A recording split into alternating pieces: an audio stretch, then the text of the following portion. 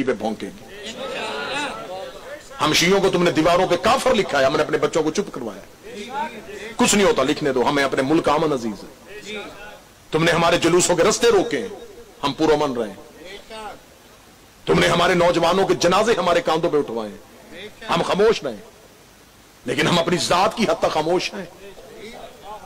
जहां नबी की औलाद और नबी की बात आए, फिर हमें कोई चीज अजीज नहीं है। मैं और ये बात भी मैं वीडियो कैमरे की मौजूदगी में कहना चाह रहा हूं, इस बंदे का ताल्लुक कतन सुन्नियत से नहीं है। सुन्नी मेरे भाई जो हैं वो तो मजहब आले मोहम्मद के इतने करीब हैं कि वो अहले बैत से प्यार करते हैं। और उसकी सबसे वाज़ेह दलील यह है कि अहले सुन्नत जय्यद उलमा कराम ने और बड़े बड़े गद्दी नशीनों ने इसकी सख्त अल्फाज में मुजम्मत की। इसका मतलब है ये तकफीरियत और नासबियत के रूप में सुन्नियत की कमीज पहन के आया हुआ है। लेकिन ये कौम हजूम ना बने, ये कौम कौम बने।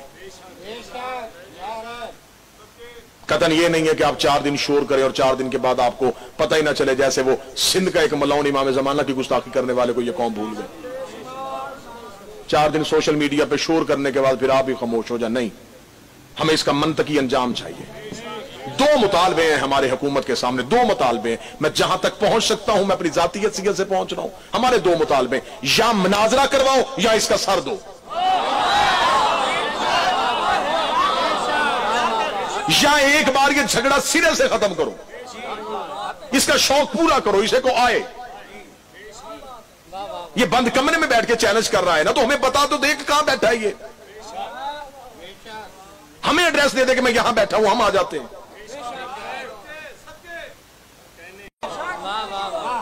मेरे वक्त का इमाम आने वाला है, हम इमाम को क्या जवाब देंगे? क्या हम उन बंदों पे तो लानत करते रहे जो 1400 साल पहले तेरी दादी को दरबार में बुलाते रहे, और वो बंदा हमारी आंखों के सामने रहा जिसने सैयदा की तौहीन की। फिर या तो ये कौम तबर्रा छोड़ दे या फिर नुसरत के लिए तैयार हो। हमारी एक आदत बन गई है कि हम मजमे में सिर्फ लानत बेशुमार की आदि। हमें ऐसे लोगों के लिए मैदान में निकलना पड़ेगा। ये लोग जो आज ये जो बरसाती मेंढक बोल रहे हैं क्योंकि इमाम का ज़ुहूर करीब है। अभी जिस लम्हे में हम बैठे हुए सूरज को ग्रहण लगा हुआ,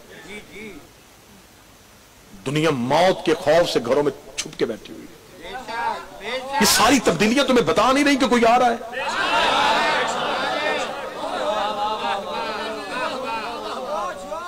मरीजों को कहां लेके जाते हैं? हॉस्पिटलों में। डॉक्टर मिन्नतें कर रहे हैं कि ना लेके आओ। लोगों ने जनाजे छोड़ दिए, मुसाफा छोड़ दिए। यहां तक जुल्म हो गया है कि रोजा रसूल की जालियों पे स्प्रे किया जा रहा है। काबे का तवाफ रुक गया है, हरमे हुसैन के दरवाजे बंद हो गए। तो तुम क्या समझते हो ये काम हमने किया है? नहीं, उन्होंने मखलूक पे अपने दरवाजे बंद कर दिए। जाओ, अब हमसे बेहतर कहीं कोई पनाहगाह मिलती है तो ढूंढ के दिखाओ। ये वो वक्त था जब हमने अपना मजहब मनवाना था, ये वो वक्त था जब हमने अपना अकीदा मनवाना था। या मुसल्ले पे खाके शिफा रखना छोड़ दो या फिर खाके शिफा पे यकीन करना शुरू करो। मेरे इमाम का फरमान है कि खाके शिफा मौत के अलावा हर चीज का इलाज। या तो घर में अब्बास का अलम लगाया ना करो या फिर उस पर यकीन रखो। अगर याकूब को यूसुफ के कुर्ते से आंखें मिल सकती हैं तो तुम्हें अलम के फरेरे से शिफा नहीं मिल सकती। क्या सोच के तुम घरों में बैठ गए दबक के? मौत से कौन बचाता है? ये वक्त था जब ये देखे कितना अकीदे की एक खतरा आया तो अकीदे खुल के सामने नहीं आ गए। मस्जिदों को ताले, सफे खींच ली गई, दरवाजे बंद कर दिए गए, इमाम बारगाह बंद कर दिए गए। ये है अकीदा, बस इतना अकीदा था। एक झटका आया है, सिर्फ एक झटका। और मखलूक अल्लाह से भी पीछे हो गई, मौला से भी पीछे हो गई।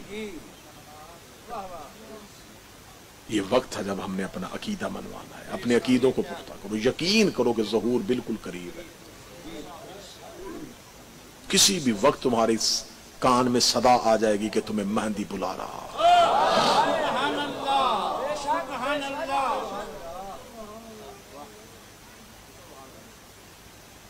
मेरे सामने कोई मुझे मां की गाली दे, मैं कत्ल करने पे आ जाऊं, और लोग नबी की बेटी को गाली देते रहे।